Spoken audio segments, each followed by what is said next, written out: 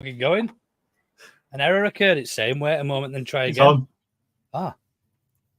No, it's not. It is. It's on. It's saying live there, but it's not connected.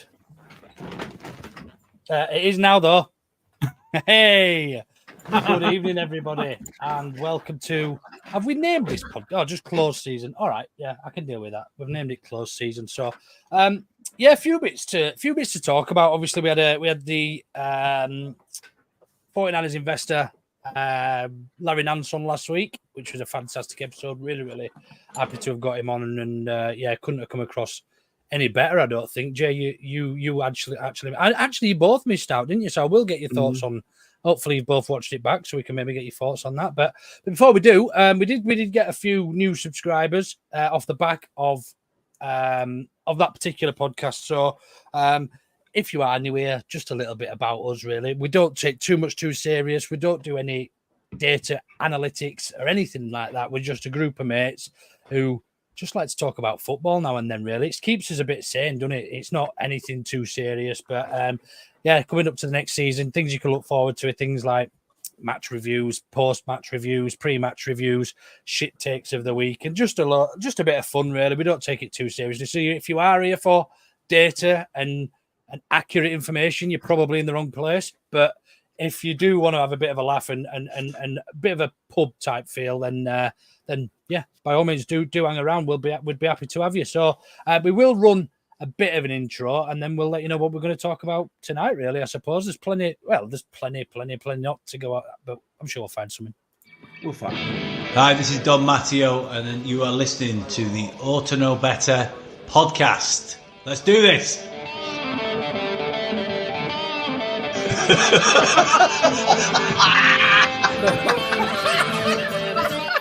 You look like fucking Brolin, you're a Leeds eating bastard. Look like some sort of fucking weird floating head. No.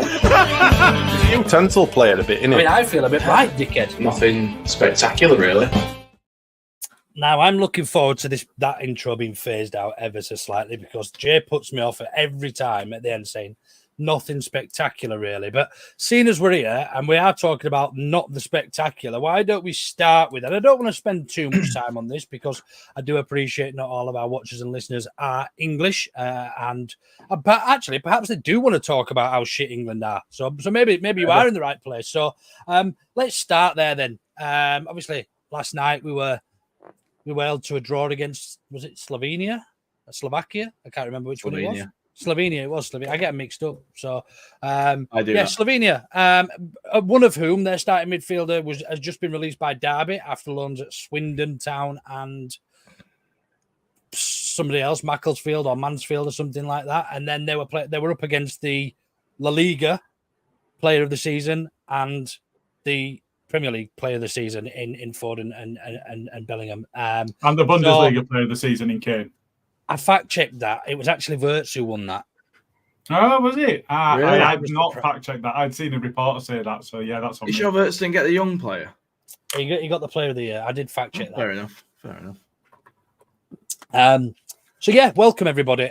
We have got a few bits and pieces to talk about tonight, and we will start with England. But other things we might get into tonight, I think it's worth talking about the badge rumours that are going around. Few transfer rumours here and there as well, I suppose, that are starting to come in now. Now it's creeping into July. There was something else we wanted to talk about that you mentioned, Gilly, but I've totally forgotten. What is it? Put me on spot now. Well, I've got a medal on. Oh, you got a medal on? Yeah. Why don't you tell us about that quickly before we get into the England stuff? Yeah, I just about recovered now. So, Smarty of our pod, and Danny of Not Love Leeds Pod are my partner. We all ran the Leeds 10K at the weekend. So I was running on behalf of, and Smarty was running on behalf of Andy's Man Club. So do you know what? It were all right. I'd managed. We started training 7 weeks before, and I'd done literally fuck all. Smarty plays football every week. Danny plays football every week. Gail's a runner. I'd done fuck all for months. Nothing at all since we did the Andy's Man Club walk, in fact. And I think it's a bit different doing the walk to trying to run it. Do you know what? It were all right. It was all right until between 8 and 9. I don't know how well everybody knows the centre of Leeds, but there is a significant hill up to the Merrion Centre, and you come round a corner, and it's there in front of you, and it's like a 12-degree gradient, and obviously there's a bunch of you running around because it's an organised run. I came around the corner and went, oh, everybody around me's pissing the sense. I don't know. It's not. It's if you come down from where Stick and Twist used to be to like a T-junction with Merrion Centre on your right. Yeah. If you go left, there's a motorway bridge and it drops right down.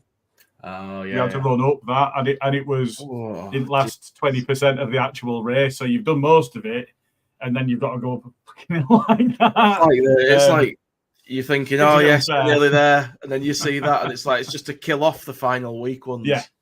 Yeah. Well, massive congratulations to you all, by the way, because I couldn't do that. But certainly with my knees, my knees would probably melt in that heat anyway, because it was a fucking hot day as well, wasn't it? It was. So yeah, between us, I think we got nearly 600 quid.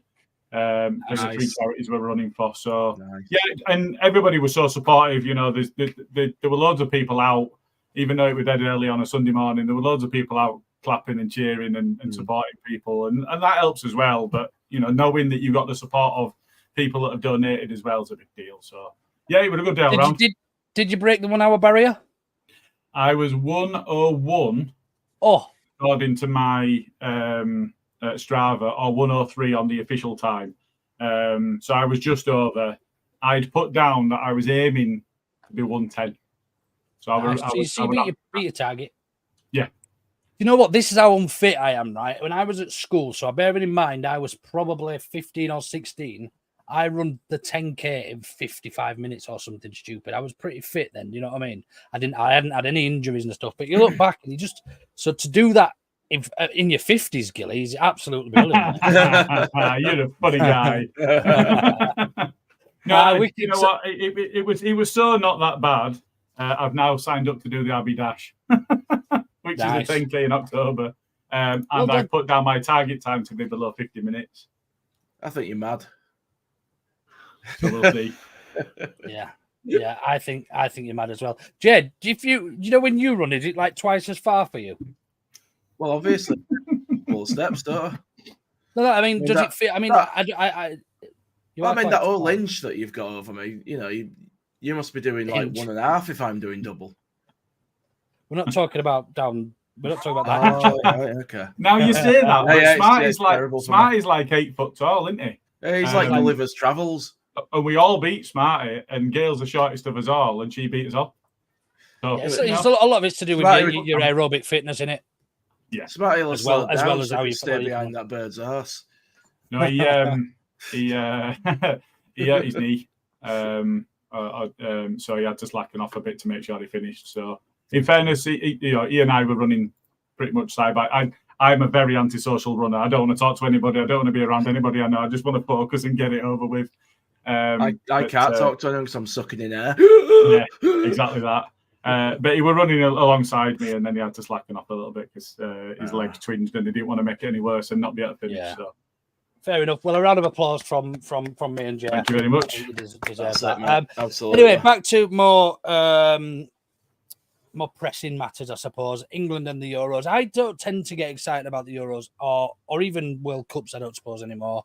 Not compared to what I used to do when I was a kid and they used to let you watch them in class and stuff like that. And it was a little bit of and certainly not until usually the later rounds. And I often don't even always watch the group stages anymore over probably the past 2 or 3. I'll watch the odd game here and there, but I wouldn't necessarily make a conscious effort to watch England in the group stages usually. But I have done this time, and I've been nothing but disappointed. I'm really disappointed. Not in the result, because we've somehow qualified top of the group by scoring 2 goals in 3 games.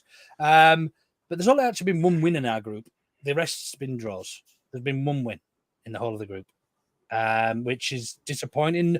And I think for me, it's more of a nod to the style, the way football is played these days. Nobody wants to lose. Nobody wants to take those risks.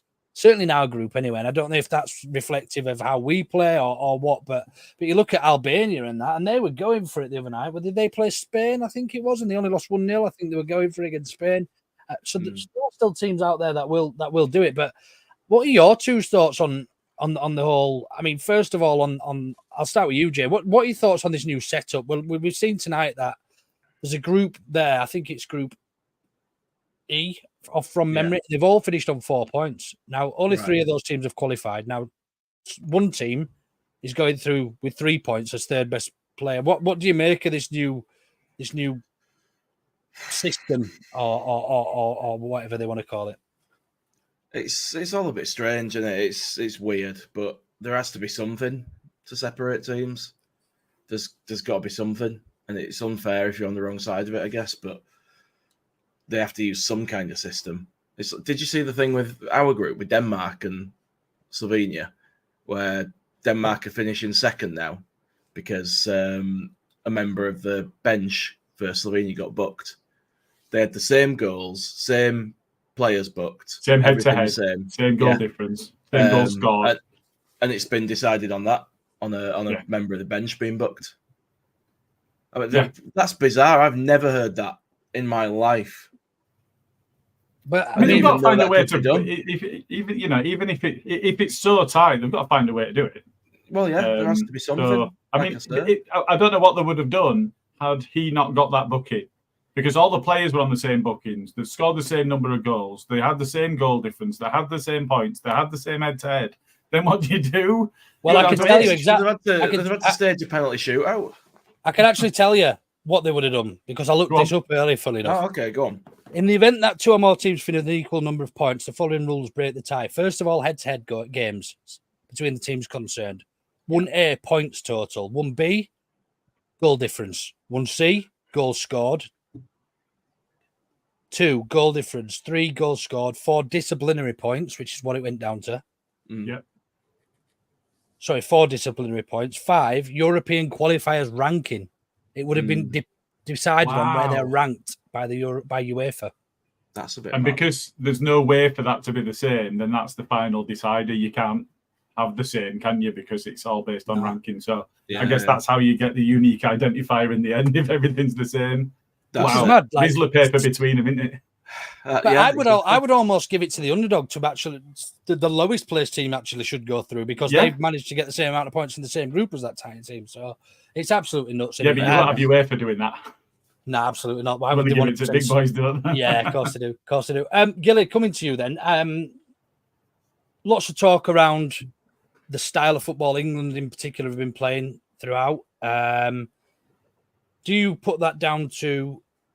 Is it as simple as it's Southgate's fault? I think so.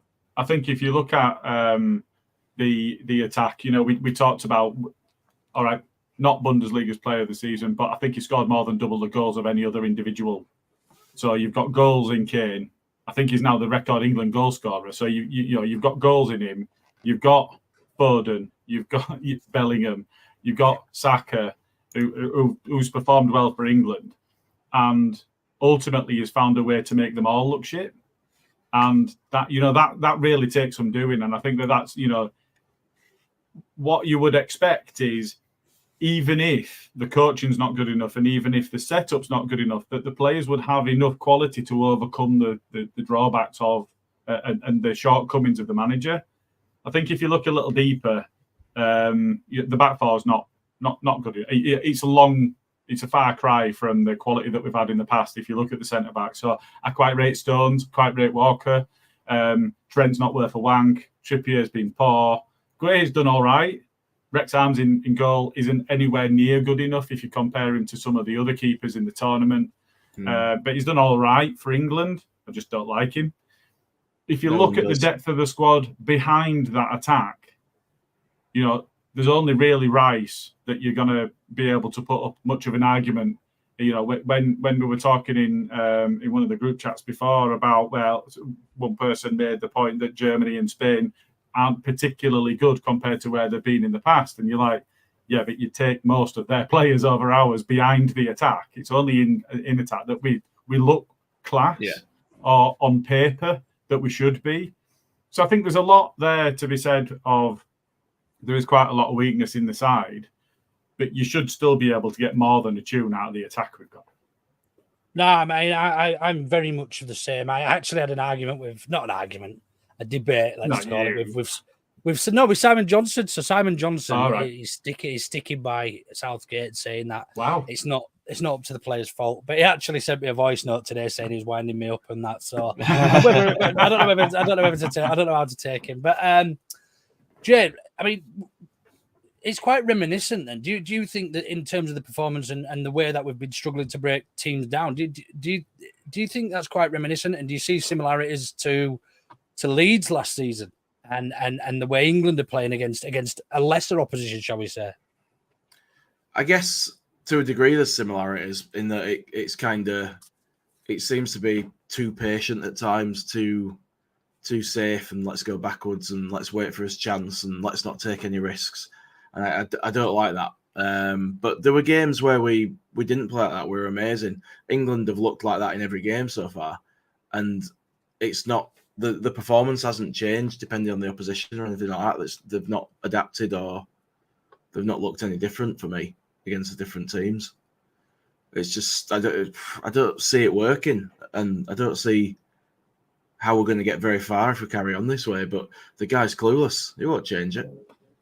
But I mean, quite rightly, I agree with you both. But I mean, we've only got to look back to the last Euros, and we got to the European final after not being able to beat Scotland. So and then threw it away by being too defensive. Yeah, no, I'm on your side, Jay. I'm on your side. You don't have to chew me. But yeah, it's if he goes and wins this tournament, which is looking very unlikely at the moment, very unlikely based on the performances we've seen so far. But if he goes and wins this tournament, do we all need to eat a bit of humble pie? Has he played a blinder?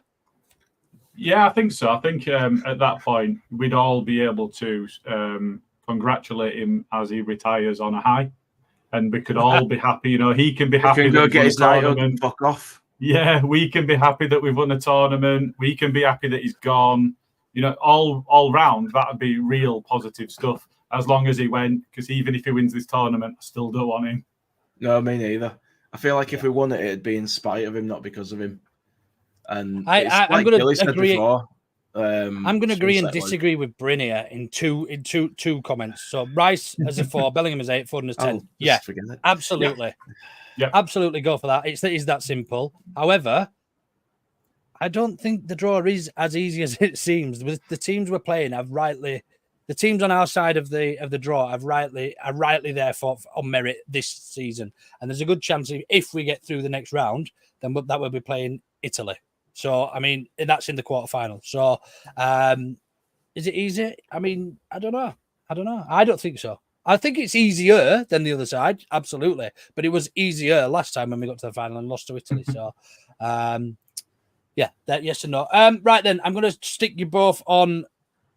Put you both on the spot here. Jay, what happens? Where do we finish in the Euros, England? Quarterfinals. You think we go out in the quarters? You think we win the next round? I think so, somehow. And then everyone starts to get a bit riled up then, don't they? Start getting hopeful. That's when it strikes. The hope that kills you. yeah, disappointment. And then out to either Italy or who do Italy play? I can't even remember, man. It's that confusing. Please not Italy. Carl will be insufferable. Yeah. Gilly, what are your thoughts? He's Irish. So I said before the tournament, I said out in round of 16, but I now have changed that, and I agree with Jay. I think we pox our way through the next round and get knocked out in quarters. Cool. Yeah. I honestly cannot see us. But then again, I said that in the last Euros, and we somehow managed to get to the final. So stranger things have happened. Greece went and won it with an absolutely abject team. Weird things can happen in football.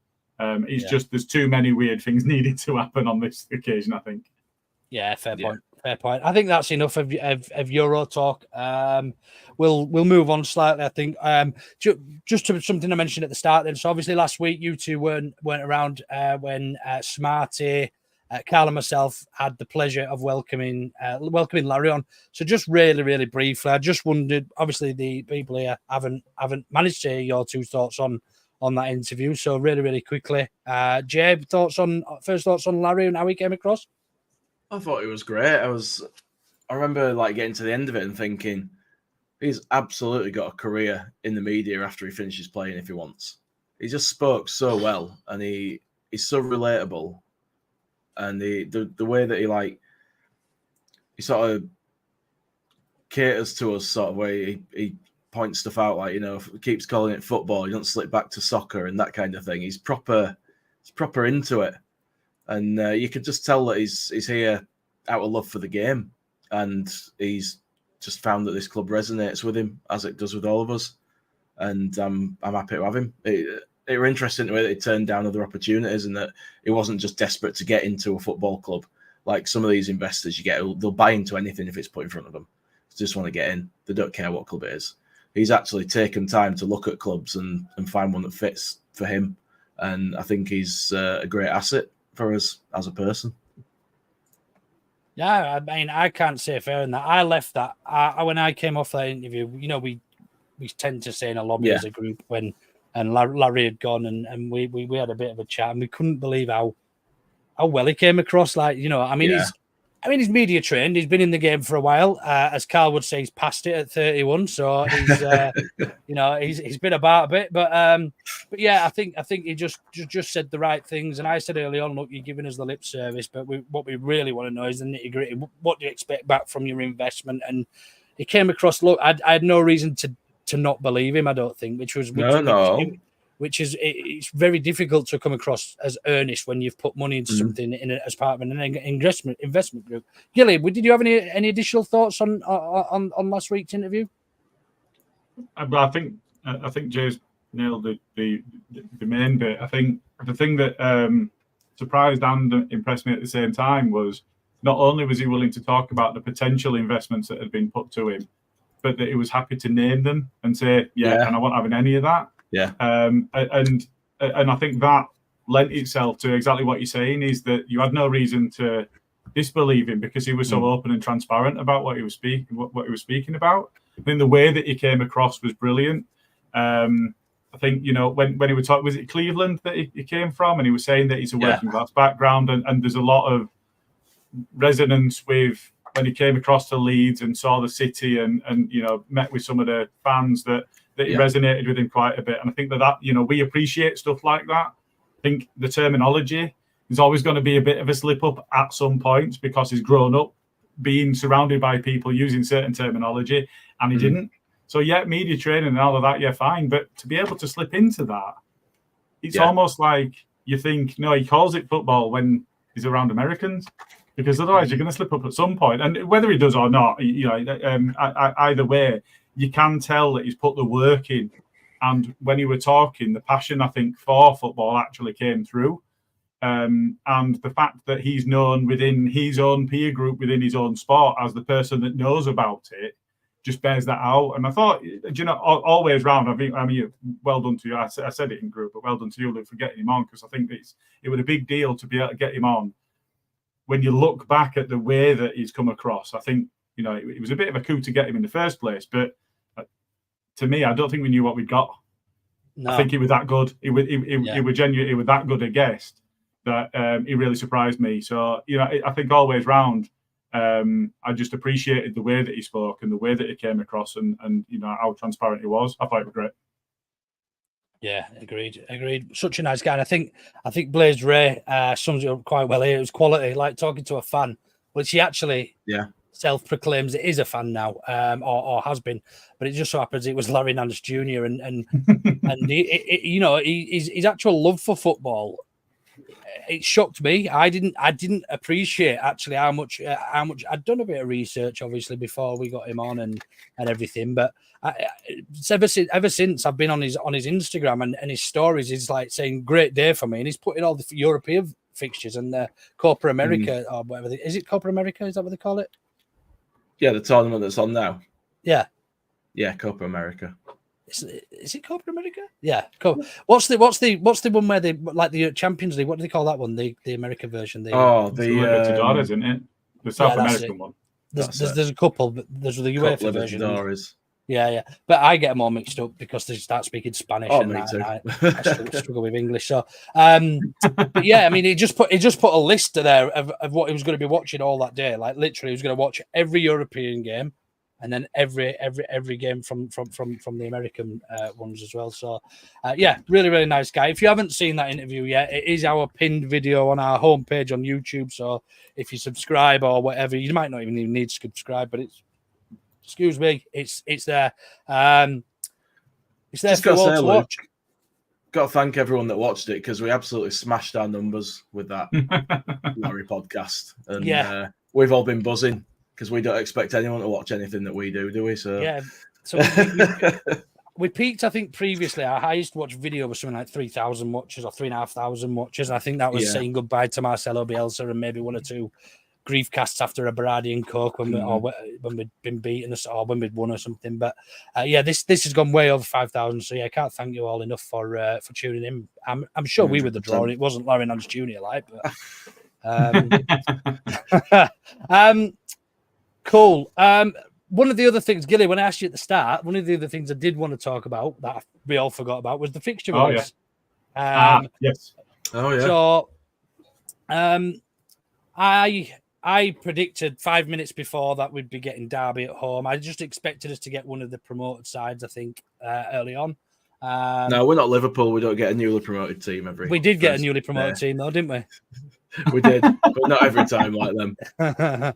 So we have got Pompey. I just like to make the wisecrack. I mean, if I'm perfectly honest, and this will become apparent probably slightly later on in the podcast when we start talking about badges and shirts and things as well. But fixtures mean fuck all. You've got to play everybody twice anyway. So does it really matter? And people obviously always look for the Boxing Day fixture because they know they can get absolutely blathered, and people will look for their games around their birthdays, I suppose, and stuff like that. But for me, I couldn't give two flying shites, to be honest. I don't know about you two. Does any of you have a preference to play people at home game, away at first day? It's nice to have a home game, I suppose. I think I like home game on first game at season. I think I do. That's the point. I think is it Plymouth that's last game at season down on South Coast. So I can only imagine that they're absolutely shitting it in case it's a Bournemouth Mark too. Bournemouth will be shitting because we're nearby. So there are bits. I'll go on. I'll look at first game, last game, my birthday, and Christmas break. What games we were playing around there, because it tends to be family around and whatever else.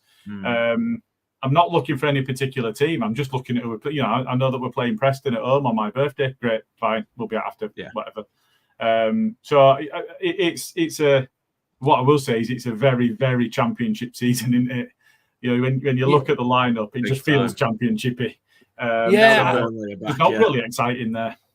Yeah, I completely agree. And I mean, even Leeds put some key dates out with Popcorn. They put the opening game first away, Boxing Day, New Year's Day, last home, and the final game. And that's as far as we've gone around fixtures. Now, I've tweeted about this earlier because I cringed earlier.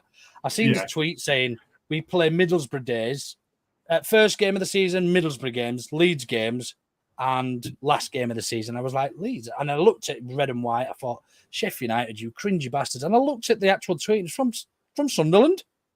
So Sunderland have put in their key dates of when they play fucking Leeds United. Now there's something wrong there, surely. And I've just actually seen this for the first time. But Leeds have tweeted, and it was a couple of hours ago. Surprised I missed it. I must have been in the gym. Fixtures out. Which team do you think will force a rivalry most in 24-25? I don't know if anyone's seen that, but that's from the official. That's the official club. So I love that. I love a bit of shithousing. But I like that. So Wilson's back. Wilson's had the reins. Yeah, he's had the nod on it, and I think the Americans like it. They like that. He's a little bit cheeky, and he'll push the limits and that.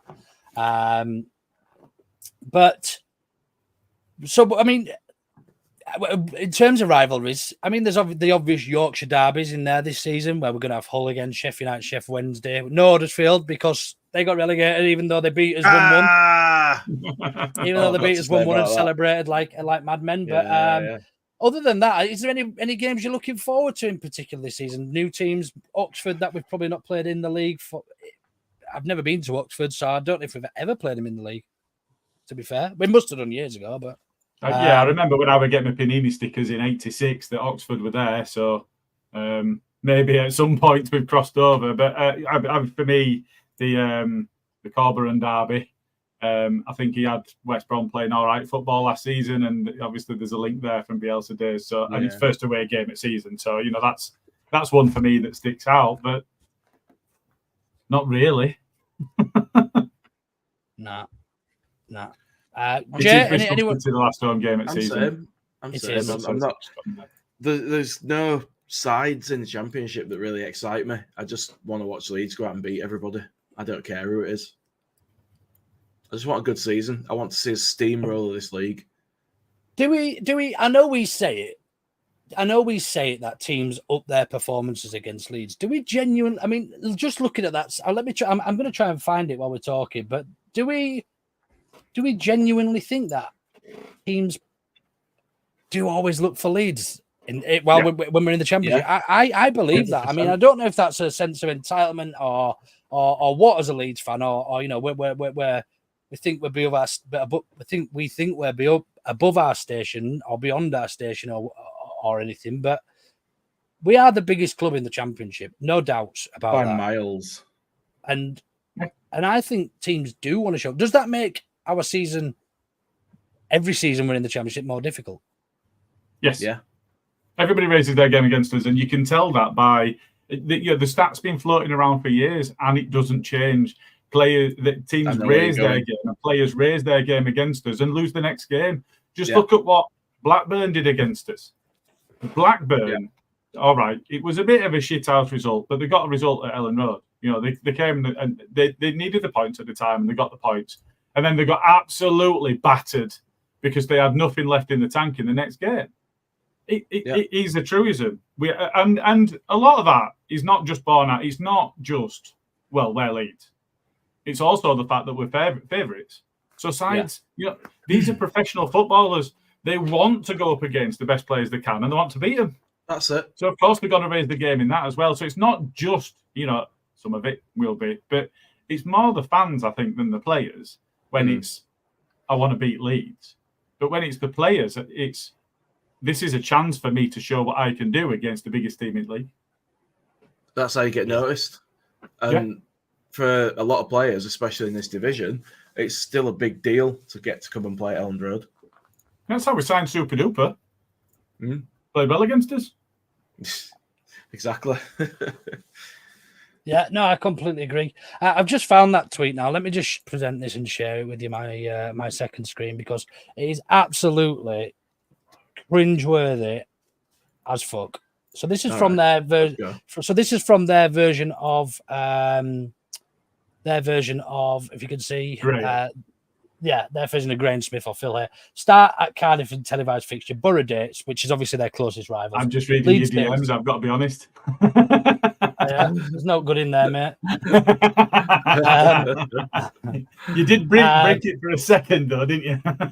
No, oh, mate, there's nothing exciting in there.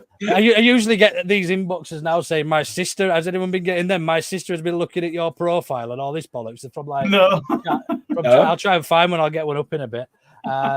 Loads of them saying that my sister's been scouting your profile and she's really interested in you and all this from some Chinese or Vietnamese. That's got to be to do with something you've been looking at, mate.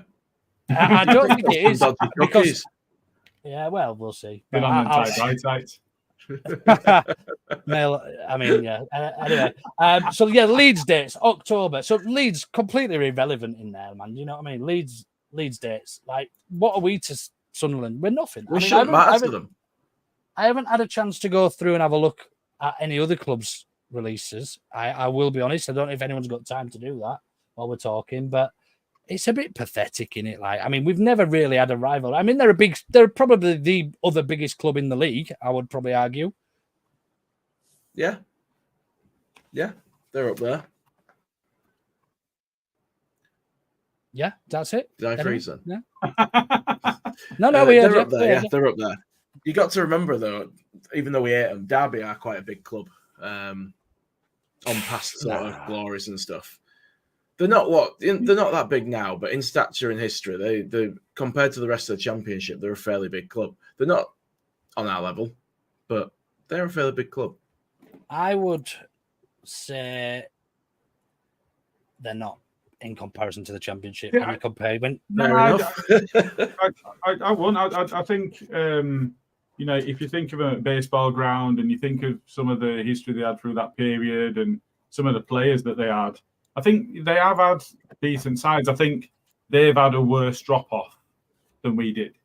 And their brand has been massively affected. I think if you look at their social media and their fans and the on strings and all of that bullshit. Well, Mel Morris is wrapped up in them strings. Yeah, now, exactly. And then the lies and the Fat Frank's Derby County and then Wayne Rooney's Derby County and all of that stuff. It's really, really hurt their brand. It's really hurt them as a club. And to us, there'll be a little bit of spice to it because we're going to really enjoy it and we're going to shit house. Yeah. But they're not really anything to us. But I think, if you consider them against Plymouth, Oxford, Coventry, I'd say Derby are bigger. That's what I mean. Even in Coventry, Coventry were homeless for an extended period. So fuck them. Yeah. I would say there's probably 5 or 6 bigger clubs than before you even get down to Derby. Sheff Wednesday, Sheff United, probably both as big, if not bigger than Derby. Coventry. So I wouldn't agree with Cov, but I would agree with Sheffield. Sunderland, West Brom, Portsmouth. Yeah, maybe so. Or bigger. QPR, probably. Portsmouth, I'm not sure. Portsmouth definitely are. I'm not sure. They've not done anything for years either. No, but they weren't long ago. They had fucking what's his name playing up front for Canu and that. I remember. In the Premier League. Anyway, we digress. Fixtures mean fuck all, pretty much. We've got to play everybody. We've got to play everyone twice. So we shall slowly move on. Somebody else put a question in. Matt Wright. No Championship game is kicking off at 3 p.m. Is that right? First I've heard. I'm not aware. I know there's some talk of this new streaming platform, isn't there, where you can watch every game next season in some shape or form. Now, if that means that no game will be played at 3 p.m. to make that to allow that, then I don't know. I don't know what the agreement was. That can't be right because I synced a fixtures thing to my calendar today, and that says 3 p.m.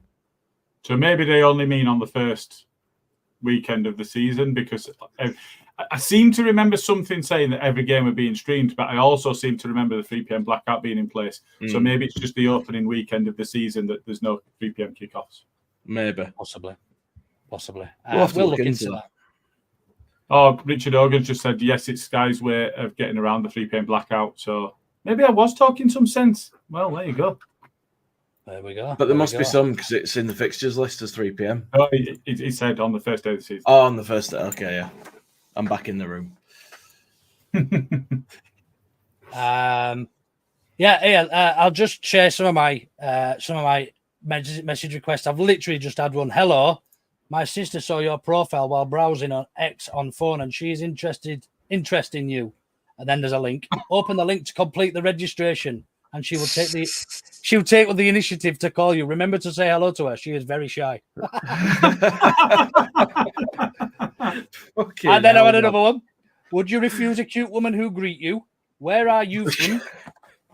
W old are you? And then I've actually had one from Reese Witherspoon saying, how are you doing, Luke? All right. How many followers does Reese Witherspoon have? Is it more than 6? 184. You should get back to her. That must be her. It's the real deal. That's the state of my. Georgia are beating Portugal 2-0. Wow. That's it. What does that mean for the group then? Does that mean Portugal come to our side though? I don't know. I've got lost. Is that complex? I've got lost in it. I don't know.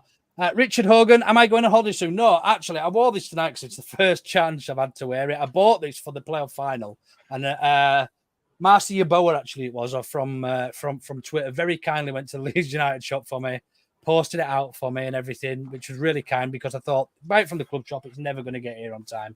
So he very kindly posted it, and it took fucking about 2 weeks to get here, so I didn't get it till the week after the playoff final. So I thought, I know what, it's a nice summer night. I'll wear that tonight. So I think that's what you're getting at, unless you say my teeth are brown or something. I don't know.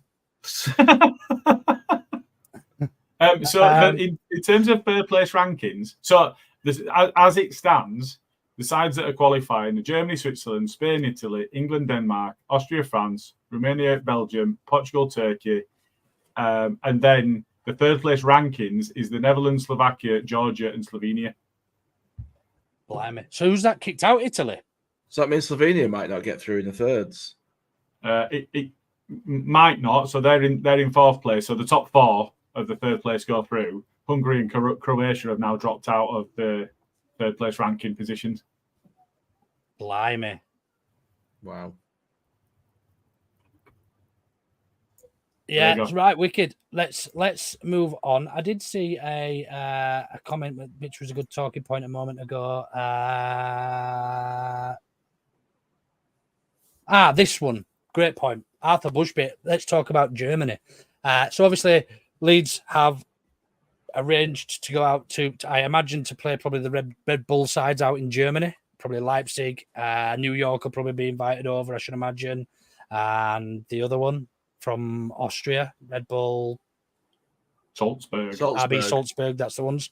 So I imagine it's going to be a miniature tournament out there, but it sounds like, well, it's been confirmed today that it's been played behind. I've actually got a week's holiday left, and I was going to use that to go out to Germany. That's why they've done that. So, well, I was considering it. I wasn't definitely going to go, but they've made my mind up now. What do we make of that? Do you think that's a faux pas on the club's behalf, or do we think actually it's only a friendly? Who gives a fuck? I think when it comes down to it, you expect that the police in Germany are going to be capable of managing some friendlies, regardless as to whether there's been a major tournament or not. And I think that's a very, very weak excuse.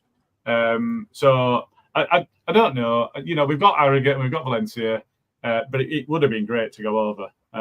It's one of the things that I would have looked at going if we'd have been able to. The alternative, I suppose, is there's going to be, or it looks like there's going to be an equivalent to box park type setup, and we're going to be able to watch it streaming back here. So it's an excuse for a piss up over here anyway. But yeah, it's a bit disappointing because it'd have been good to go over.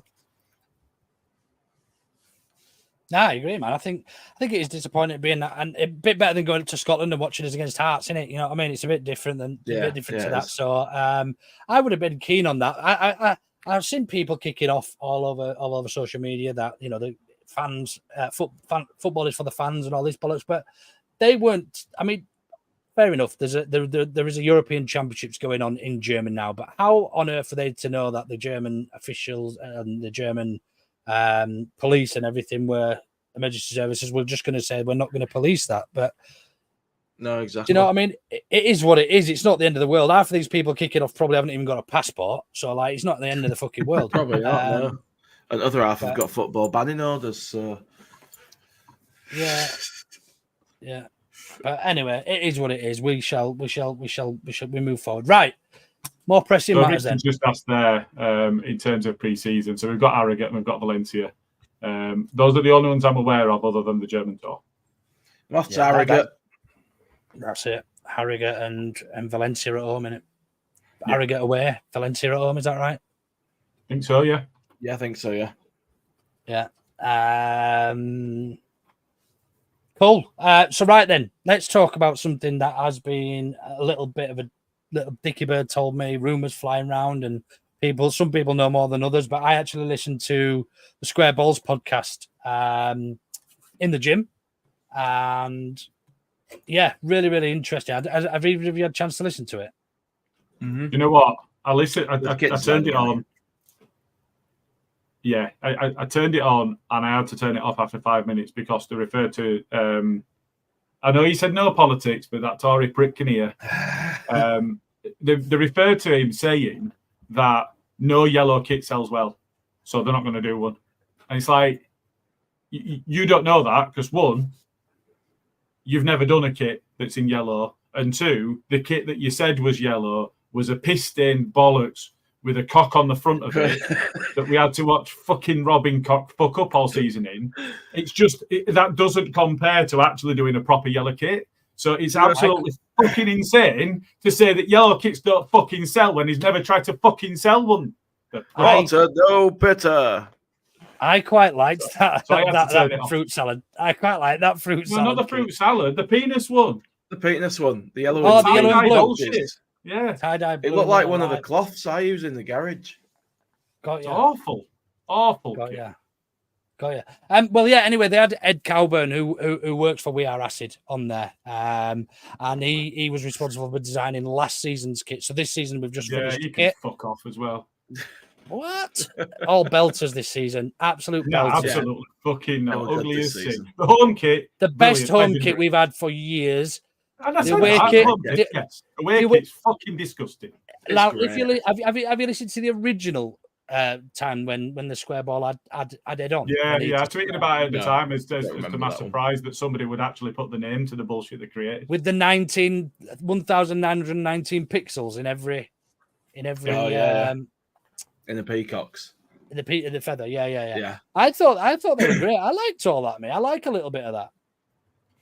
Yeah, me too. I don't mind the third shirt being off the wall. If the peacock feather one had been the third shirt and we'd have had a yellow or a blue, proper normal away shirt. What was the away That one was last season? The traditional. blue, and then what was the other one? It was the blue, and then it was that Oh, the rhubarb pink, and the fruit custard salad. bullshit. Yeah. Fruit salad, Yeah. So- Got ya. Anyway, And, if you know, rumours, I am a colourblind person, which, you know, I know that people are going to laugh at that when I would go at the colours of the kits, but just fuck it. Look, I am a Leeds star. I absolutely embrace the fact that I'm a Leeds star. I like the fucking culture and tradition of the club. Just give me a fucking yellow kit. well, if rumours are to be believed, and if a little dicky bird did tell us, then if you have listened to the square ball, you will know that rumours are very strong that we will be getting a yellow away kit this season, and that is come from the square ball who interviewed Ed, and in parallel with that, it sounds like, if we believe everything we're told, then we may have a change of badge. Now, whether that's universal across all kits or whether this is just going to be an experiment for the second kit or the third kit, we are yet to know. Has anyone got a screen? Has anyone got a picture of the smiley I can get one from the release? I've got it. I've got it up. I've got it up here. From the fixtures. Yeah, Sure. it was the Yeah. share screen. There we go. You actually put a screenshot of all three, didn't you? Yeah, so that one there. So this was in the corner of the fixture release, I think. Yeah. With the LUFC smiley. It's back. And whether or not it is going to be on one of our kits, rumours are very, very strong around it. So I think the reason we've not heard anything about the kit is that we've still got a contract with Boxed up until the 30th of June. So they can't release anything until after that in terms of new sponsors. Thoughts on that then, gents? What we thoughts? Do we like the bit of sentiment? Do we like going back through history? Would you rather just fuck it off and we designed a new badge completely? Where are you? Start with you, Jay, actually. It's great. I'm all over it. I'm all for it. Go. I think it's great. I love it. Honestly, we've been crying out for a bit of like classic Leeds flair to the kits and stuff, haven't we? So I'm all for it. I like stuff like that, and it's nice to have a little change. And I think the club are probably looking at the sort of sales of these retro kits and stuff and the retro merch and thinking, people love this. People love it. I mean, look at Gilly's hat, for God's sake. You know what I mean? He's all over it. So, yeah, I think it's a great move. And if it's a bit weird to have a different badge on a different shirt if we've got a different one on the home kit to the away kit. But at the same time, I'm not against it. It's cool. If you don't like one, you can buy the other. Yeah, but at the same time, if you remember the home shirt, you know, the only one that Acid FC created that were good, it had the peacock on the back and the shield on the front, so they can incorporate the others into the design anyway. Yeah. Good point. Now, one thing Ed did say is that they've got to have some sort of confirmation from the FA, I think, to change something like that. But he wasn't sure whether or not, if it was already copyrighted by the club, whether they could just switch and swap as they want. I think they mentioned, I think it was Newcastle, they said have put some script writing in somewhere on the new badge. And Arsenal have taken away the shield and all their They've turned the gun round as well. all the wording. Yeah, that's right. Yeah, and they've just got the gun. I think West Ham have done a refresh of their badge as well, haven't they? So, but Villa have as well. Changed their badge rather than potentially bringing back one and having the old one as well. So it depends on what you're allowed to do, doesn't it? I suppose. But I think I'm all over it. And not just am I all over it. I think it will fly off the shelves. I really do. If they get that yellow kit right and it's got the smiley badge on it, I will even buy a real one this year if that's true. Well, yeah. Wow. And a lot of people said that. What if? Tony Brown might not quite get there, but pretty much everybody else has said that. To be fair, I do buy a real one every season. It's just that it's usually the third one that I get a little bit dodgy from Dave down at the chippy. What if the smiley badge bit is actually like a pattern embossed in the shirt rather than the actual badge? Nice idea, Jay. I don't know why you don't work for the We Are Acid. Ed, if you need a new designer. There's a brain up here. If you're watching. Andy said, nice. Speaking of bucket hats with the smiley, Andy said, nice hat, Gilly. When you lot going to do an Okba bucket hat? I don't know what Okba is, but Okba. I know what it is. Good idea, I think. But they're very seasonal. Let's say bucket hats, aren't they? You know, you can't really wear one out in the middle of winter because your ears will get cold and your ears will get wet. That's it. So yeah, whilst they look great now, we're probably looking at next summer by the time we get a bit of money behind us, and we need probably a few more viewers as well by then.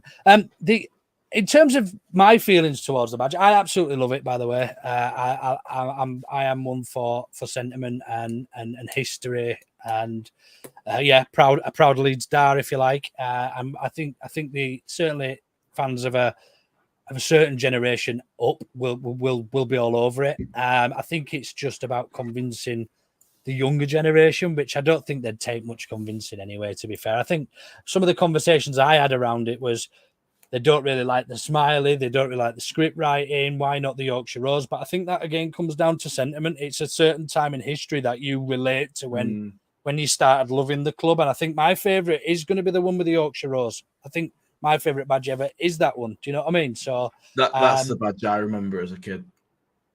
Yeah. I thought you were in your late 40s. 42. Oh, early 40s then, sorry. How dare you?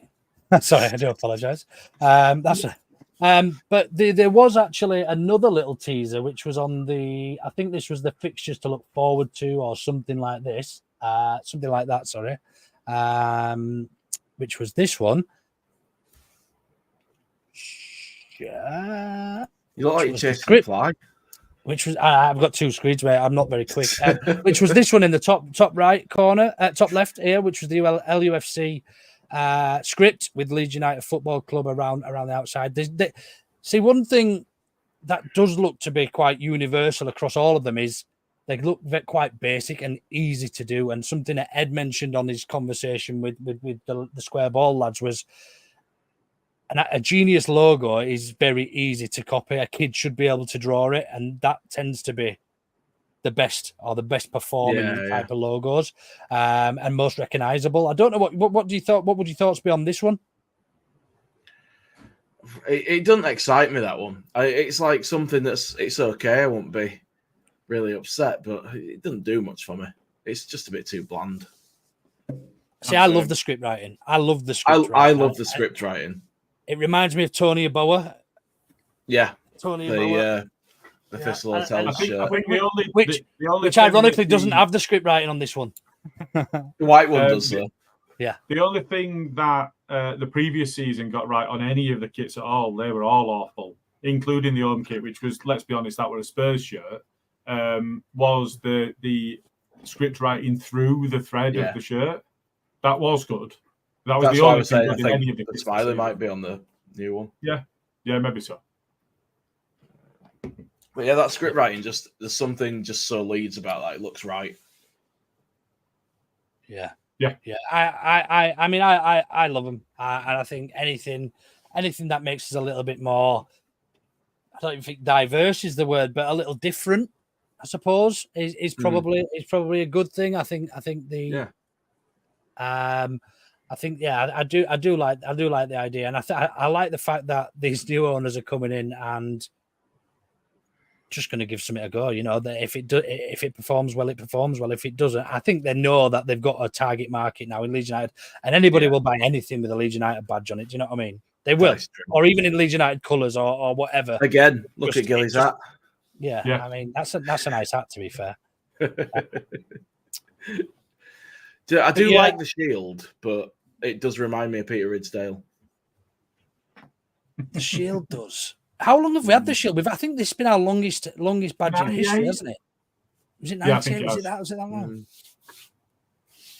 So I wouldn't be that upset if it went, but I do like it. Yeah. Yeah, I mean, if you were to bring any, 2 seconds. I'm just going to shut my window because there's a fucking gigantic bat moth. Oh, please let it get in, please. I just want to see him running around room going berserk like Taz.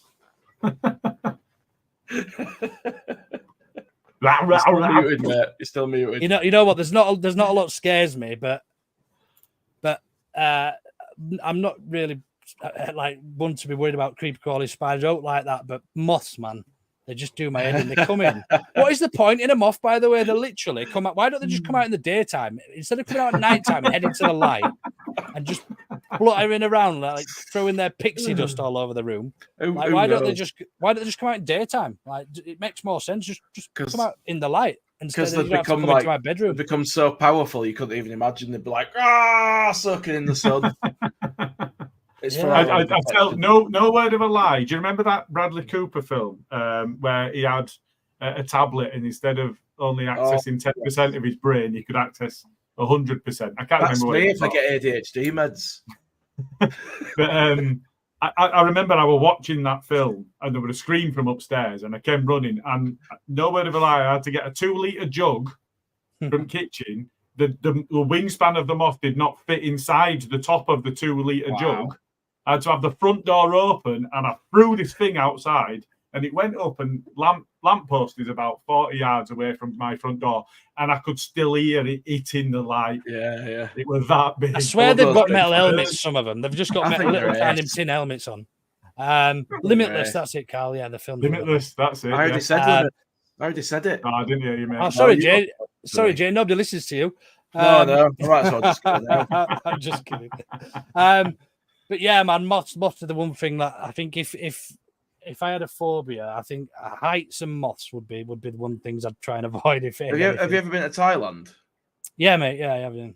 Did you not see the beetles there that fly? Yeah, giant things. Mate. I lived in Tenerife for 6 months when I was very early 20s. I was working out there, and they had flying. What's them fucking horrible praying things? Mantis. No, not praying mantis, but cockroaches. Cockroach flying ones, and they buzz and that as well. And I was at a ground floor room, and they used to get under the door, and I'd literally just get under the quilt. I'd just get under my bed sheet and just not move. Like. Anything like that flies now. Fuck that. It was 1998 that we brought the end of the 14-year Rose and Ball period with the introduction of the Shield badge. Yeah. End of an era. And I mean, I don't know whether it will be an end of an era. I think we might see 2 or 3 different badges this season on the 2 or 3 different kits, if you're allowed. Genuinely do. Yeah. So I don't think it will be quite a full badge redesign or going back in history and just making that. Or they might be testing the waters this season to see how that badge does, and then maybe reverting next season. I just don't know. And nobody does really. Let's be honest. That's an interesting idea, though. If they were to use both those badges, the Smiley one and the other one, like put the other one on the third kit, do you think that they might try and make a very Americanized third kit? Because that badge is a bit more American. Do what they want with the third kit. If they've got a white and a yellow. Yeah, if they get the away kit right, that's when I'm like, do what you want. Fine, they can appeal to global markets and make loads of money off global markets. I don't care. Do me a white kit at home and a yellow kit for away, and I'm sound. So, do you know the interesting thing? And it was, I think it was. Come back to that, Sonny. 2 secs. I'll come back to that, Sonny. It might have been a different square ball. No, it wasn't. It was a Kieran Maguire podcast where they were talking about somebody that had invested in classic football shirts. I can't remember the actual URL, but he was talking to an American investor. And he was talking about the kits and the risk factor around creating too much and then not being able to move the volume. Well, they buy it up now, so clubs are in a position where they can take more of a risk in terms of the volume that they're buying. But they were also talking about the fact that the 49ers have had the same shirt, not a redesign, not similar, but the same shirt for 18 years. So you bought the shirt 18 years ago and you've still got the current shirt now. As long as they replace it when it falls apart, they don't have. And this principle of clubs releasing 2-3 every other year as it used to be, or every year now, is just completely alien to them. And you're thinking, hang on a minute, it's so commercialized over there. Why would they not try and cash in on that? And it actually feels a little bit like the Bundesliga, where the fans are involved in what's going on. So 20 is plenty, and the cost of the ticket. You hear the German owners talking about, the difference between 1 and 2 million is the difference in one player that we're signing. Why would we take that from our fans in a season when it doesn't have that much of an impact on our bottom line? When that's the sort of variance we see on one contracted player. But when you think of it that way, and you think of the American teams that are not scalping their own fans, you're thinking actually that's the right way of doing it. But they make so much commercial revenue, because when you play in American football, how many breaks you have? You've got a lot more breaks than we have. And I would rather we have a shirt every season than playing quarters. Yeah. Yeah, and I think we've got to take into account the sponsorship deals as well. The better the shirts sell, the better sponsorship and the better kit suppliers that want to put more money into the club the following season, or once your kit suppliers deal ends and things. I don't think they tend to have as much sponsorship, particularly on shirts over there. It just you also get more freedom, don't you? The more volume you move in, the more freedom you get in your designs. Yeah, definitely. Absolutely. Cool. So we're all agreed that we're quite on board with if there is a new badge implemented, whether it's just a test or what. So Sonny, what we were just saying, mate, I don't know if you just joined us. It hasn't necessarily been confirmed. It is just strong rumours at the moment from Squareball and some other online outlets as well. So it's not confirmed. We're not in the know or anything like that. We're just sort of sat here talking about potential new badges. Cool. Right, we'll fly through a few of these comments because we've not really done many tonight. Johnny Brown says, the yellow with the smiley will be the best-selling shirt in our history. I would tend to lean towards that being true. I can't see how it wouldn't be. We've all pined for a yellow shirt for ages. Now throw a smiley badge on there, and you're gonna have men in their 40s and 50s literally jizzing on the way to the club shop, aren't you? So. I'm 30s. I'm in my 30s. I'm still in my 30s. I'm in my 30s. I'll tell you what, if it does become the best-selling shirt, Gilly's going to be straight on here saying, "Fuck you, Angus." Yes, big time.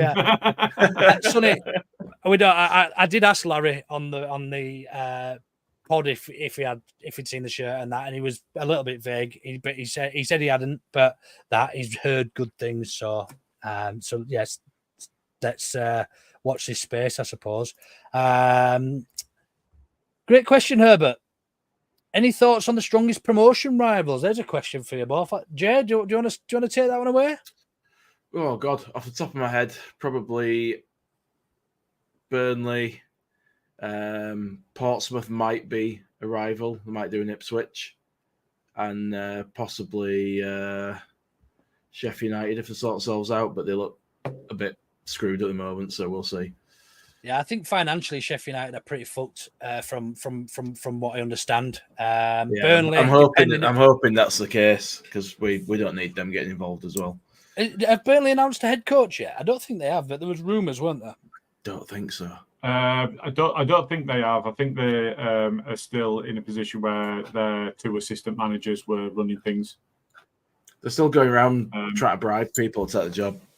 It's Craig Bellamy at the moment, so I'm no one wants it. Yeah, but he was the assistant manager. That's the only reason. I don't think that's something that they expect to be. Who was the rumor? Because I was a little bit concerned when they announced that it was only a rumor going around. I can't remember who it was. Somebody in the comments, I'm sure, will remember. But there was a rumor going around a week or two that they that they were going to hire somebody, and it was somebody who I was like, hang on a minute, we might be in a bit of trouble if Burnley do manage to seal Van that. Nistelrooy's been heavily linked with it over the past few days. But before that, it were Frank Lampard. I'm not worried about that in the slightest. No, it wasn't Frank Lampard. It was somebody, I forget, but I do forget. It was probably in the last week or so, but I'll come back to it anyway. For me, I think probably your team's coming down naturally, apart from Sheffield United, I think, because I think they are financially fucked. I think Luton, depending who they can keep hold of, had a relatively good, some good results last season and looked half decent, and they'll still have a bit of money to spend as well. They could probably cherry pick a few decent players as well. West Brom, I expect to go well again with Coburn. I actually think Chef Wednesday will have a good season. I think Danny Roll looks to be a good manager, and the results he got with that squad when he took over, I think he got 9 wins, 3 draws out of 18 games that he took charge. So that bloke could have turned Titanic round before it hit that iceberg. Yeah. So I expect if they do spend a few quid and get an out, they're not relying on 46-year-old Barry Bannon to. They don't have money though, do they? Because the owner's a fucking arsehole, isn't he? And he didn't he want the fans to all stump up like 2 million to pay for something recently? He's crazy. Yeah, it is. I think Chef Wednesday will be all right though. I think they'll have a good season this year. I hope they don't, because me and my mate have a 50 quid bet every season who finishes higher when we're in the same league. So I think I'm about 300 quid up over the last 10 years or 15 years or whatever. But Gilly, is there any others that you'd probably keep an eye out for? It's between Burnley and Luton for me as to who I expect the other strong ones to be. A lot of it depends on who Luton can keep and who Burnley do bring in as their gaffer, as we've discussed. I have been impressed with Danny Roll. I don't think you'll get them. I think they'll be comfortably mid-table, which is much better than the season they had last season, but I don't think they have enough. The investment's not going to be there, and the signings that they're going to look to make just aren't going to be there. So I don't think there'll be enough. But he impressed me. He's been over in Germany doing some of the coverage and giving some insights there. He's impressed me the way that he's spoken when he's been there. He's actually left. He announced that he was leaving the tournament to come back and start their pre-season. So that's underway now. I think he will have a good season, but I think for them a good season is comfortable mid-table rather than pushing for playoffs or better. I think it will be if Burnley get their appointment of their manager right. I think they'll be the one to watch. Luton, I think it massively depends on who they can keep. Now I got into some animated discussions last season with Luton fans. Somehow I managed to rattle their entire fan base of 15. All of them were at me. Where they all live in the house. They all live in the house that you have to go through to get into the stand. They were all adamant that all of their players will be in the Premier League this coming season, regardless as to whether they got relegated or not. And I was like, yeah, all right, fine. But now I'm hoping that they are, because it means that their squad gets ripped to bits. So I'm hoping I'm wrong on that one, because I told them that they were full of shit. Fair. So I hope that was a good enough comprehensive answer for you, Herbert. What are your thoughts? I suppose. Cool. Couple more of these. Arthur Bushby, Liam Cooper do reckon still be in favourite position in the bench championship. What? Now I started this because I think he meant, do you think Liam Cooper will still be in his favourite position on the bench, having played in the championship, having played in the Euros? Now, I could have read that completely wrong, and I've inserted words and changed words, and I've changed words around. Now, something really interesting off the back of Larry's interview was who his favourite player was. Now, Larry's obviously met the players on a number of occasions, I imagine, and his favourite player was Liam Cooper. Now, one of the conversations we had with Larry as a professional sportsman as well was around how important leadership and the leadership role is within a dressing room. Now, whether he's playing or not is a different question, but there's still no confirmation on contract with him, and I think it was Shackleton was offered another year as well, or at least a year. They're offered another contract. Where do you two stand on both of those actually, Liam Cooper and Jamie Shackleton. And would you have offered him an extension given that we're in the Championship another year? Start with you, Gilly. I think it's a low risk option on both parts. I think Shackleton. I think if the club are comfortable, and you know, I don't want to spend too much time talking about Rob Price, but if the club are comfortable that they've overcome their injury problems, or at least Shackleton has, and he's proven that he's going to be able to train and take part. Barker already spoke highly of him at the start of last season, and he had a decent start to the season. I think when you consider the number of signings we're going to have to make anyway, keeping some as part of the squad, I think makes sense. So I think it's one of those that's low risk. It's not going to be a big wage. So if you're only offering a 1 year, you could potentially even be on a pay as you play, which then ensures you from that position of if they're not fit, well, that's fine. You get them back fit, and that's when they can start earning again. So I think it's low risk, and I think having some of that continuity, regardless as to whether they're going to be playing every game or not, I think makes sense. Yeah. Jay, anything to add to any of that? Get them out. Get rid of them. Toss them out. No, do you know what? I feel like we can't stand on sentiment too much, but Shackleton for me, not really good enough. I wouldn't be sad to see him go. I can see the reasons why you might keep him, because he knows the club is someone you can kind of drag in if you need someone, and he'll do his best. But I feel like we need to be mindful of filling squad places with players that just aren't good enough. Cooper, just to question that really quickly on Shackleton. Do you think Jamie Shackleton is good enough to be a third choice left back, right back, centre midfielder? I suppose that is what we're talking about. We're talking about a squad position. We're not talking about somebody that's going to start every game. But could you promote a younger player to that? Have we got anybody in the youth that would be willing to sit on the bench all season, miss youth fixtures, and be third choice left back, right back, centre midfielder? I don't know. We haven't. I'll tell you now. Probably. I don't know. I doubt we have anyway. But I think if we did have, the club wouldn't be looking to offer Shackleton an option. So I don't see much value in keeping him, but as I say, I can understand why they might. Cooper, for me, you know how I feel about him as a footballer. I just don't think he's up to it, but I do actually see value in him as a behind-the-scenes character. And I don't actually have a problem with him staying. I just don't want to be relying on him.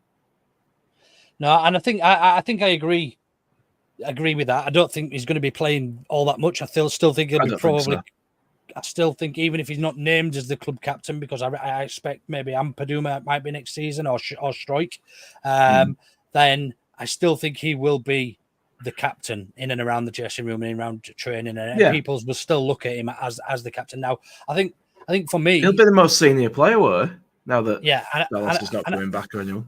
Yeah, and I think for me, it's whether or not he would be happy to accept a pay-as-you-play or a 1 year contract when he might think he's got a couple of years or 3 years left in him at a Chef Wednesday or a team down there. So it's almost, you don't want to insult his worth. Do you know what I mean, by saying look, we'll give you a pay-as-you-play or we'll give you a 1 year contract to see where we are next season. I believe he will probably accept 2 years. I think he will accept 2 years extension. I reckon the club will have told him, you go have a look and see if there's anything that you fancy more than this. This is what we can give you and we'd like to keep you. But, you choose what's right for you and we'll respect whatever you go for. And I think he's earned that. Fair. Cool. Thanks ever so much for the question. That was Arthur, wasn't it? Thank you, Arthur. Richard Hogan, I haven't really heard much more on this. And I think one thing, are we going to sign O'Hare is the question from Richard Hogan, by the way. I think it was Joe Donoghue did a Donoghue did a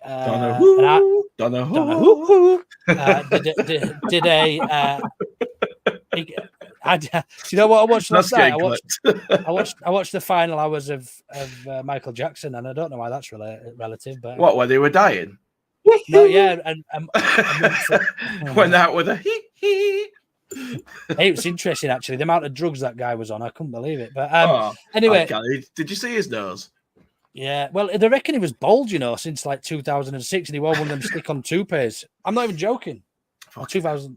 Yeah. Anyway, are we going to sign O'Hare? I haven't heard any more, Richard, if I'm honest with you, and I don't think we will because this article that Joe Donohoe did, or Donohoe, whatever his name is, the other day suggested that we don't have to. I think there was an expectation around that to balance books. We would have to make one major sale before the end of June. Now, that's not the case, which suggests that we're financially compliant for this period of profit and sustainability, or profit and loss, or whatever you want to call it. Now, so I don't think we'll see any ins and outs until after the 30th of June at the very earliest. Now, people are obviously on holiday and things as well. But yeah, I don't know. Is the honest answer? I don't know if you two guys have seen anything that sort of counteracts or contradicts what I've just said. Not about O'Hare. I haven't. No, not about O'Hare. About anybody? I've seen nothing, to be honest with you. No, there are a few. So I still want Rodon. I don't think any decision's been made on his future. I still want him, but whether that ship appears to be sailing or not. There's talk about Nat Phillips from Liverpool. That if Rodon's not available, do you know what? I won't be against us going and getting him. I think at the level we're playing at, he'd be perfectly adequate for the season. I think there's talk around Tyler Morton. I would be dead set against that if it was to replace Archie, because I would be doing everything I could to keep Archie, regardless of whether Dortmund are interested or not. Fuck that. That for me is prime deliverable number one. Make sure he's part of the squad going into next season.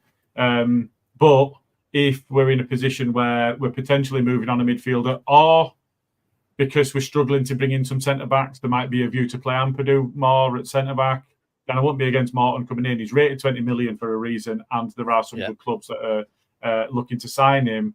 I think Liverpool will probably want to retain him, and therefore a side going for promotion or a lower-level Premier League side might be in a good position to take him on loan. I think if you look at the players that we've been linked with that I absolutely do not want, I think Oliver Skip can fuck off. He can get in the skip. Jack Clark's not good enough. He can fuck off. And Millar's even worse. He's like a pound shop Jack Clark. So I did see that one. Yeah, I'm not interested in that. I don't want any of that. Yeah, Johnny Brown. I mean, he had one good game against Archie on Boxing Day. Actually, I was there away at Preston, and he had it blinded, and he looked very, very good. I mean, every time. Do you think he played well, or do you think we defended badly against him because he's only got one trick and we just let him do it 4 times? Yeah. No, I think he played to the level in that game that Cree played when he played well for us. He was as good as he's at the top of his game. I think that's I mean, I didn't watch him all season. I can't possibly comment. But in that game, I mean, fair enough. I was drinking fireballs at 8:30 on a coach in the morning, so I was pretty pissed. But I remember watching the highlights and just thinking, you know what, this guy is absolute mustard. And I think, but then when we played him at Ellen Road, I absolutely slated him and said he might as well have been the linesman because he just stood on the line and didn't do anything. Archie had his number. He learned from his mistakes and he looked very ineffective. So, yeah, I'm not one for Liam Miller, I don't think. And certainly not as a first choice option or a replacement for somebody like Somerville. Absolutely not. No, definitely not. I do like to think, though, now that we have got sort of more investment and stuff like that, if we sell Somerville for the kind of numbers that people are sort of bandying about, then we could get a really, really good centre-back and a really good 10 just from selling him. Yeah. If we're all good now on PSR and we can spend that money, then sky's the limit. We know that we're all right on PSR, and I think it's a cash flow thing. I've been heavy in discussion about this on Twitter on the odd occasion as well. There's been one comment there in terms of a good centre-back. So I don't know if you know, but I don't know if you remember, but Greaves had played very well for Hull. He did very well last season. So there's been a comment here from Richard Hogan about Ipswich sniffing around the whole centre-back. I can only think that is. That's it. Yeah, it is Greaves, definitely. Could see a deal for Rodon on loan with an option to buy. So Ipswich were the one that were sniffing around Rodon, but if they get Greaves, they're not going to sign him, you would think. And they've also got a keen interest in, I forgot his bloody name, the young lad from Liverpool on loan as well. So they're all right-footed centre-backs. So they're very likely. Is Greaves actually left-footed, actually? Oh, I'm not sure. I might be right-footed, but anyway, I don't want to put me. Anyway, one area. On it. Yeah, one area they need to improve is defense, because they will get absolutely murdered in the Premier League with that defense. So yeah, I mean, there's lots and lots of question marks. I mean, we've had a question. Yeah, O'Hara is available on a free, but that would mean that his signing on fee is going to be bumped up, and his weekly salary probably, would imagine, he's going to expect quite a good wage. Is he good enough to go play for a lower Premier League club? Probably, as well. Sargent from Norwich, that was an early rumour. Views. Yes, I think he's a decent player, but is he any better than Paddy? If he's going to be in front of Mateo Joseph, there's lots of question marks in and around strikers, and I think we've got to really sort of take into account that we've got to see who's going to be going this window. There was talk of Fulham signing Paddy Bamford, for God's sake. Do you know what I mean? So it's very much sort of ins and outs. We can't just go sign loads of players and then not get rid of any, because we'd be absolutely fucked. Yeah, exactly. In the long and short. So, yeah, I think this question, Diego Montero, I watched him a couple of times for the 21s, and I don't think he is ready, if I'm honest, Eddie. He's highly rated, but yeah, whether he's ready or not is a different matter, isn't it? Yeah, I think if I'm honest, I don't think he is ready, and I don't think he will be this season. I think Cresswell, if anyone, will be the next one to step up and probably get a bit more game time before Montero does this season.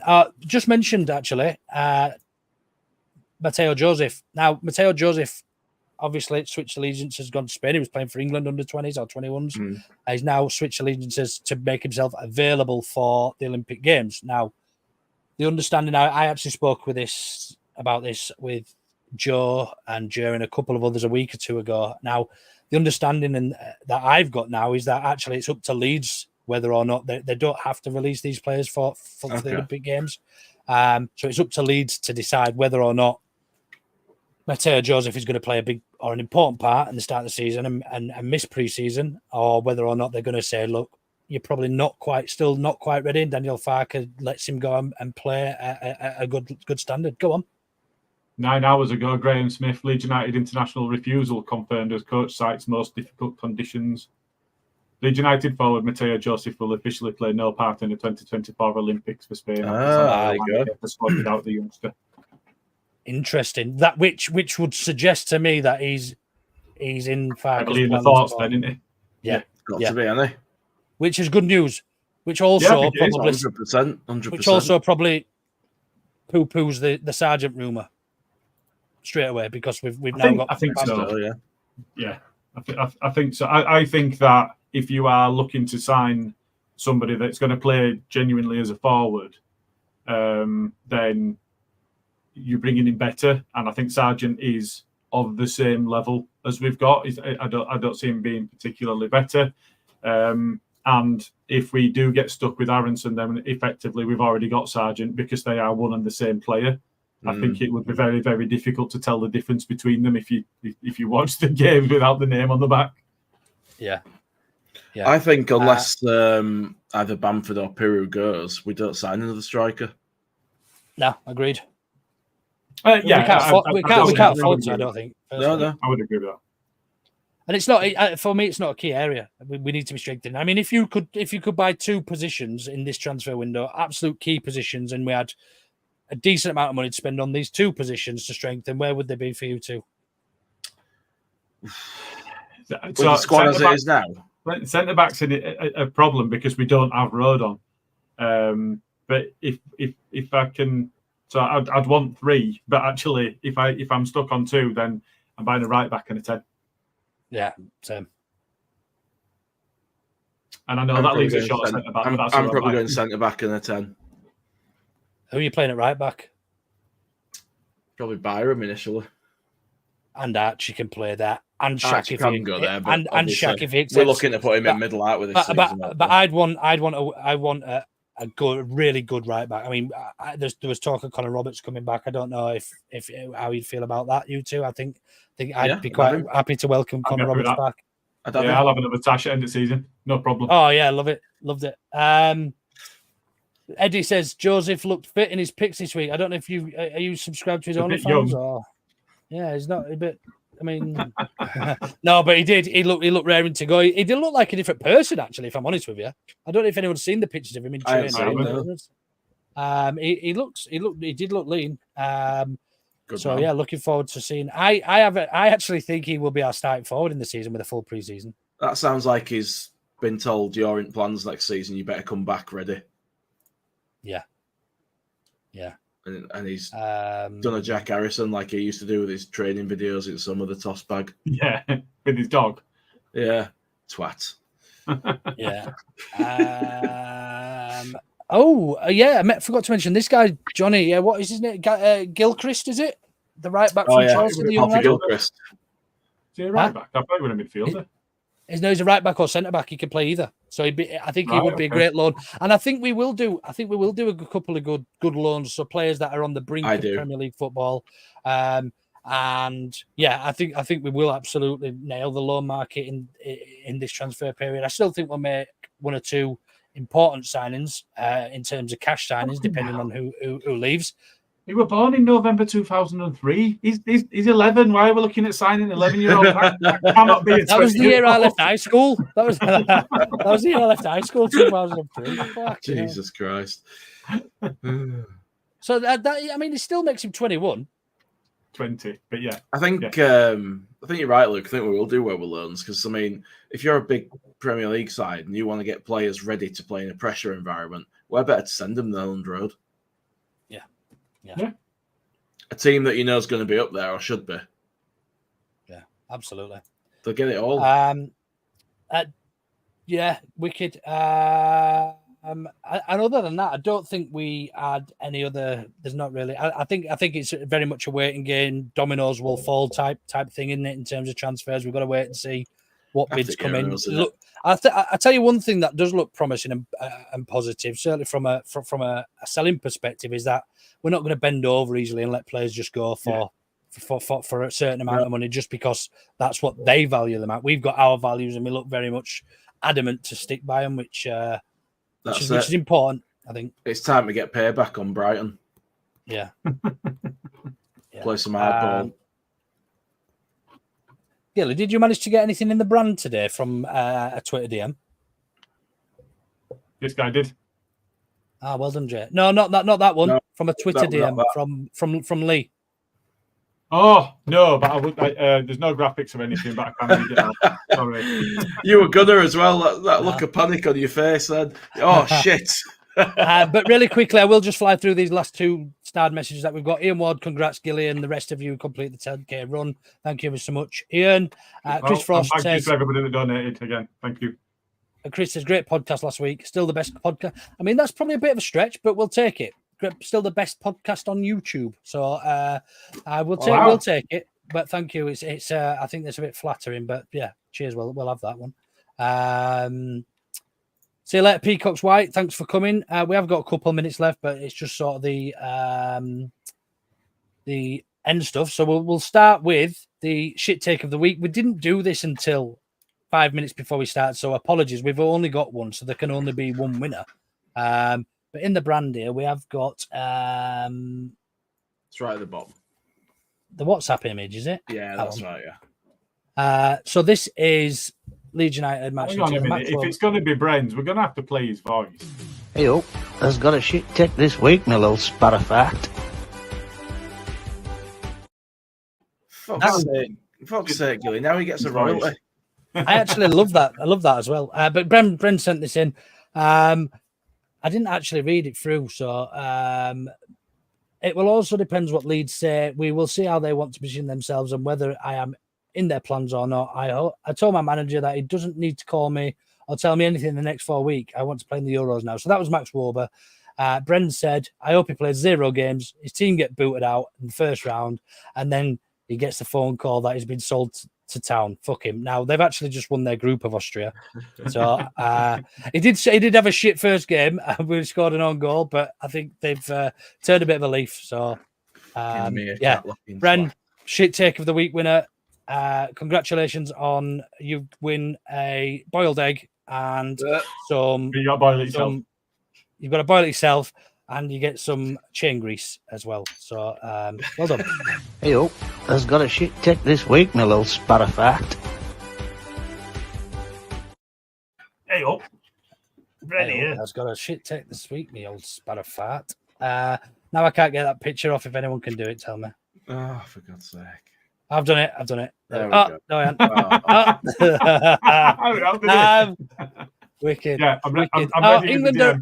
England are confirmed as playing Slovakia on Sunday. So there we are. So there you Bear go. in mind, it could have been the Netherlands. I'll take that. Quarterfinals, we're gone.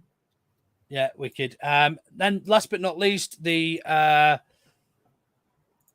Gilly's part. Yeah. That I forgot about. Yeah, that's the one.